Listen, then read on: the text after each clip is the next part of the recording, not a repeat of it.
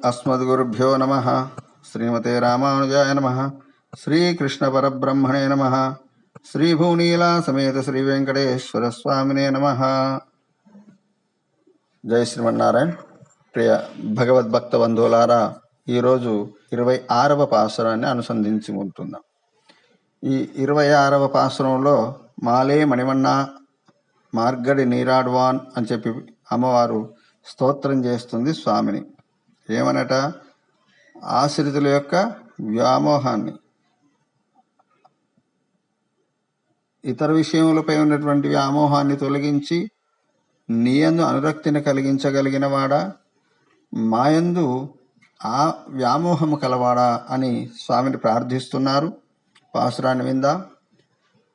మాలే మణివన్న మార్గడి నీరాడువాన్ மேலேயார் சேவன்கள் வேண்டுவன கேட்டேல் ஞாலத்தை எல்லாம் நடுங்க முரல்வன பாலன்ன வண்ணத்து உன் பாஞ்சசன்யமே போல்வன சங்கங்கள் போய் பாடுடையனவே சாலப் பெரும் பறையே பல்லாண்டு செய்ப்பாரே கோல விளக்கே கொடியே விதானமே ఆలి నిలయ్యాయ్ అరుళేలోరెంబావాయ్. ఈ పాసురంలో స్వామి యొక్క వాత్సల్యాన్ని, సౌశీల్యాన్ని, భక్తులపై ఉండేటువంటి అనుగ్రహాన్ని ప్రార్థిస్తున్నారు, స్తోత్రం చేస్తున్నారు. ఎలాంటి వ్యామోహమట? స్వామికి వాత్సల్యమట. ఆశ్రితుల యొక్క వారిపై, ఆశ్రయించిన వారిపై అత్యంత వ్యామోహము కలిగిన వాడట. ఆయన వర్ణమేమో ఇంద్రనీల వర్ణంగా ఉంటుండట. ఇంద్రనీల మాణిక్యం, అలాంటి వర్ణం కలిగిన వాడు. మార్గశీర్ష మాసమున స్నానవ్రతము ఆచరించదలిచితమయ్యా. మా పూర్వులను ఈ స్నానవ్రతం ఆచరించున్నారు. వారు ఆచరించిన విధానాన్ని మేము కూడా పాటిస్తున్నాము. అలాగే రెండో పాసురంలో చెప్పినట్టు శయ్యాదును శయ్యోమన్నట్టు మా పెద్దలు చేయనివి చేయము కాబట్టి వాళ్ళు ఆచరించిన, చూపించిన మార్గాన్నే మేము అనుసరిస్తున్నాము స్వామి. కాబట్టి ఈ మా స్నాన వ్రతానికి అవసరమైనటువంటి పరికరములన్నీ కూడా నువ్వు కృపతో ఇచ్చినట్లయితే అవేమిటో తెలుపుతాము. భూమండలమంతయు వణికింపచేయనంత పెద్ద ధ్వనిని కలగచేసేటువంటి పాలవలె స్వచ్ఛమైన తెల్లనైన రంగు గల నీ యొక్క శంఖం కావాలి అని ప్రార్థిస్తున్నారు. స్వామి చేతిలో ఉండేటువంటి పాంచజన్యం అనేటువంటి శంఖము ఎలాంటిదట? చాలా విశాలంగా, స్వచ్ఛంగా, తెల్లగా ఉంటుందట. పెద్ద ధ్వనిని కూడా చేస్తుందట. అలాంటి శంఖములు కావలేను.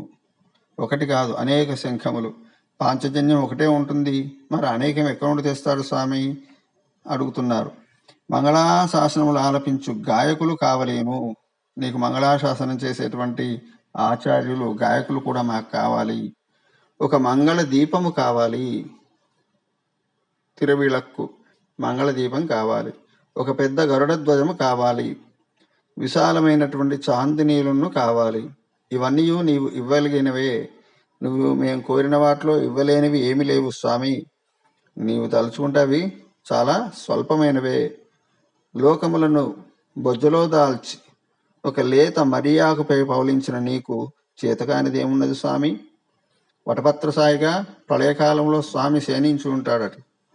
అలా అంత పెద్ద జలప్రళయంలో ఒక మర్రి ఆకుపై 14 లోకాలను తన కడుపులో పెట్టుకొని అంత బరువుతో ఆ మర్రి ఆకుపై నిద్రిస్తున్నాడంటే ఇంకా ఆయన లీల, మాయ వివరించడం ఎవరికి సాధ్యము?